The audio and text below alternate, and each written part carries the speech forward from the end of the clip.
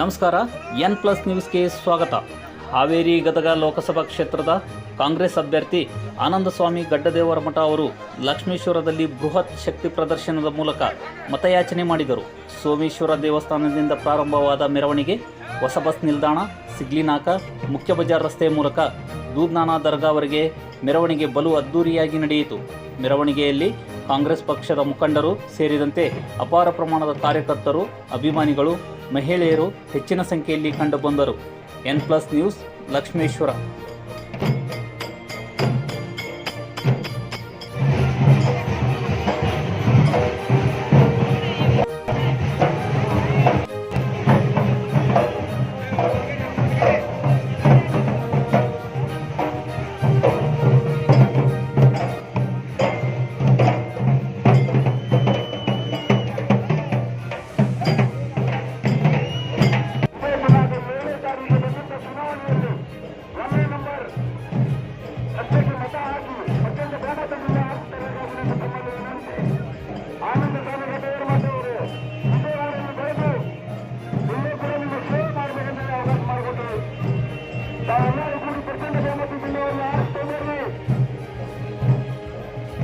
ಒಂದು golden chance ಇಂಥ ಅವಕಾಶ ಹಗಲಲ್ಲಿ ಸಿಗೋದಿಲ್ಲ.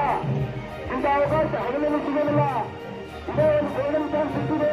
ನಮ್ಮವರೇನಾದ್ರು ಲಕ್ಷ್ಮೇಶ್ವರದವರು ಇನ್ನೂ ಕೂಡ ಒಂದು ಅಭ್ಯರ್ಥಿಯಾಗಿ ನಮ್ಮೆಲ್ಲರೂ ಸೇವೆ ಮಾಡಬೇಕಂತ ಬಂದಿದ್ದಾರೆ.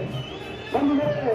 ಇದು ಗೋಲ್ಡನ್ ಚಾನ್ಸ್ ಕಳೆದೋಗಿ ಇನ್ನೊಂದು ಒಳ್ಳೆ ಚಾನ್ಸ್ ಇದೆ. ತಾವು ದಯಮಾಡಿ ಆರ್ಥಿಕ ತಾವು ಗೆಲ್ಲಬೇಕು. ಪ್ರಚಂಡ ವೇಳದಿಂದ ಆಶೀರ್ವಾದ ಮಾಡ್ತೀವಿ, ಮಾಡಬಹುದು, ಮಾಡ್ತೀವಿ ಅಂತ ತಮ್ಮನ್ನು ಯೋಚನೆ ಮಾಡಿ